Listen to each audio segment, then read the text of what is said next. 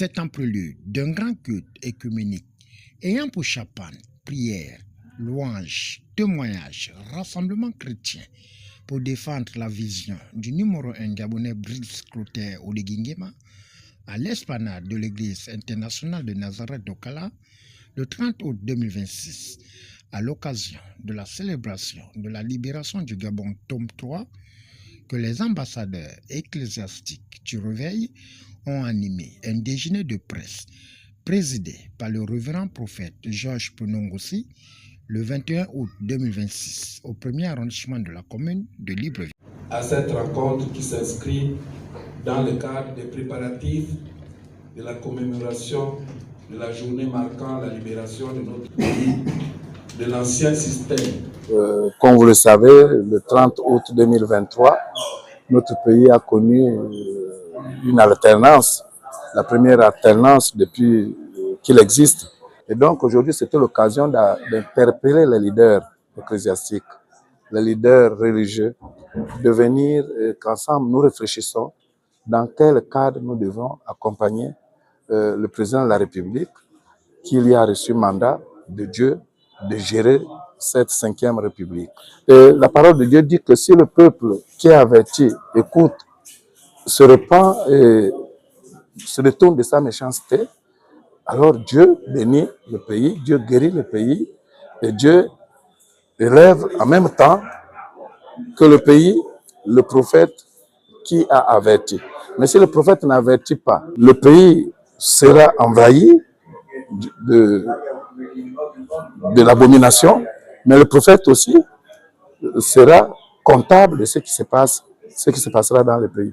Vous avez vu, il y a eu une libération que nous avons déjà consommée le 30 août.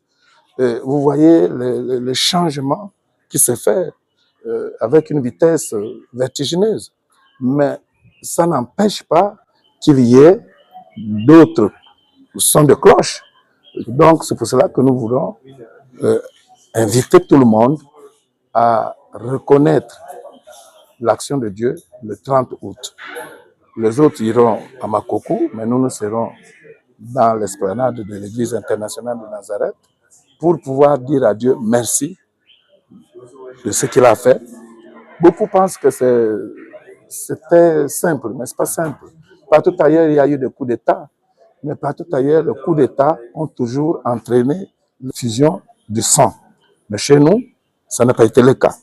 Après la prière, suivie de la présentation des enjeux et perspectives du grand événement spirituel et moment de reconnaissance d'unité depuis la chute du pouvoir sultan par le révérend prophète Georges Punongossi, le tour est revenu à certains hommes de Dieu de répondre aux questions des professionnels des médias face aux zones d'ombre.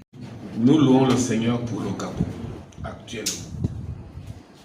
Nous ne pouvons pas dire autrement.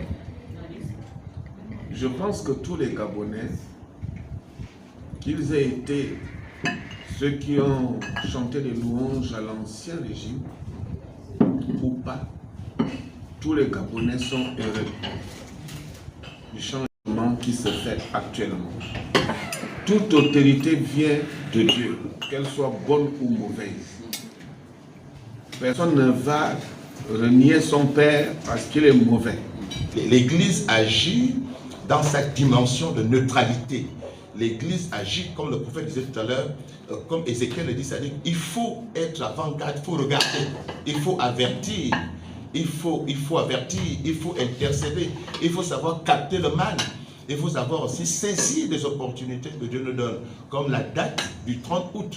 Le mois d'août est très symbolique pour la nation gabonaise. Le mois d'août est très chargé sur le plan historique, sur le plan spirituel. Je parle devant un eschatologue. Dans beaucoup de choses, sur le plan prophétique. Donc vous comprenez que le 30 août qui arrive, si l'homme de Dieu nous appelle et nous propose de nous retrouver le 30 août, il faut que le Gabon se réconcilie avec son histoire. Parce que l'Église n'est pas en dehors de l'histoire d'une nation.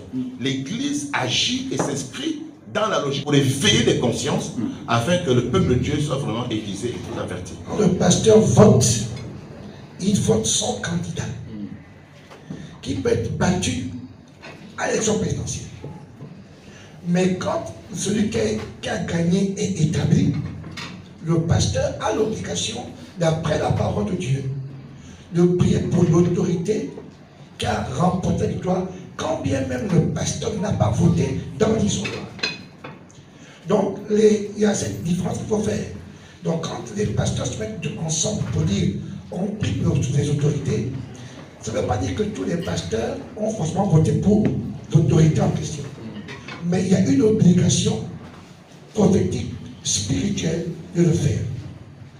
Ensuite, quand nous nous tenons devant les autorités, en tant qu'Église, il faut savoir que le mot Église, ce n'est pas un mot religieux, c'est un mot politique. L'origine du mot Kéli, hébreu, qui veut dire Église, ça veut dire l'Assemblée nationale.